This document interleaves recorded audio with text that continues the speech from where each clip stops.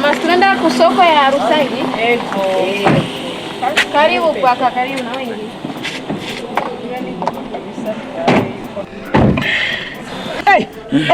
Niwe ni wa wundi ni wa mugizi wa nabi ba. Sasa mama kuna kwa nini lakini? Ahubwo natubwira ikirimo ngamwe. Uyo ni wa wundi bariko baravuga wa mugizi wa nabi w'imuhumuro. Bavuga yuko yabomoye cakiraro cyo kumupaka. Ngewe madam. Iwe rikarezunguruka kuri rezo sosio. Tugani yuko kwemera na gato.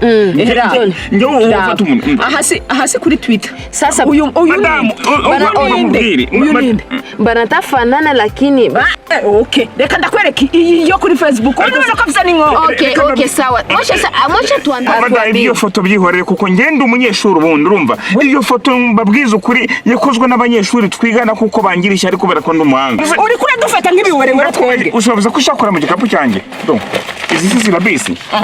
Ibi bisigura iki? Umwe wese yobyumva. Isi karita y'ishuri. Ntabwo ari karita y'ishuri ntabwo kwari karita yanjye.